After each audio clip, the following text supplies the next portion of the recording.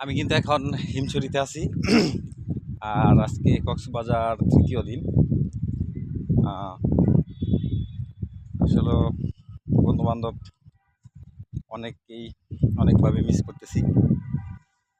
দুঃখের বিষয়, হয়তো বা সবাই ওইভাবে জানানো হয় নাই হুটহাট করে এই কক্সবাজার ট্যুর দেওয়া। আর একটা কথা হচ্ছে, আসলে ট্যুরের বিষয়গুলো না একটু হুটহাট করে না হলে হয় না। এর আগেও অনেকবার ব্যক্তিগতভাবে প্ল্যানিং করেছি।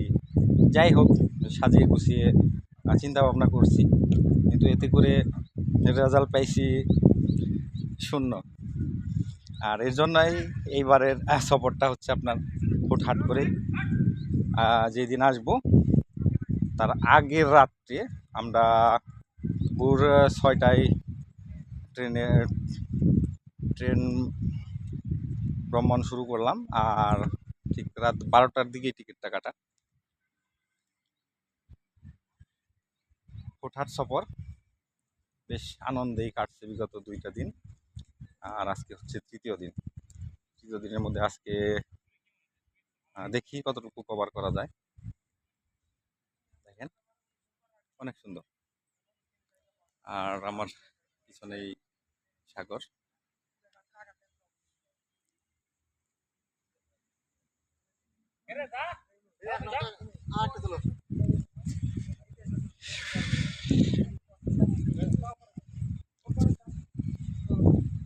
যারা আসেন নাই বা যারা আসবেন, আশা করি একটু সময় নিয়ে আসা উচিত কক্সবাজারে। কারণ কক্সবাজারে অনেক পয়েন্ট আছে। হুটহাট করে আসলে হয়তো বা পয়েন্টগুলো জানা না থাকলে এইখানকার কোনো স্থানীয় কাউকে যদি জিজ্ঞেস করেন, ওনারা বলে দিতে পারবো যে কোন জায়গায় কোন পয়েন্টটা অবস্থিত।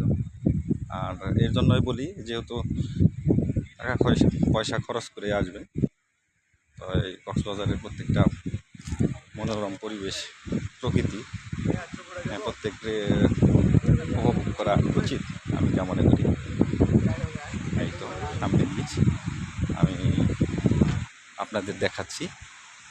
এই বিচে অবশ্য অত এই বীজটা অত জনবহুল না। পিছনে রেখেছি আমরা সুগন্ধা বীজ, কলাতলি বীজ।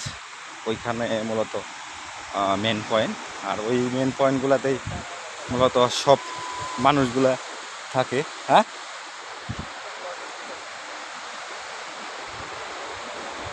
এই তো।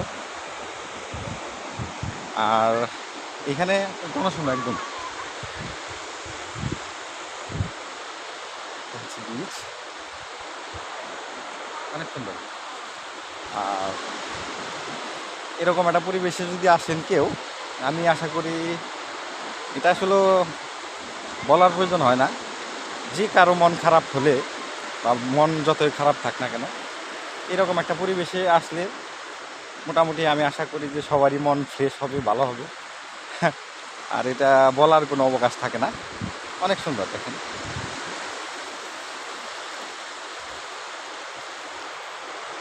অনেক অনেক অনেক সুন্দর।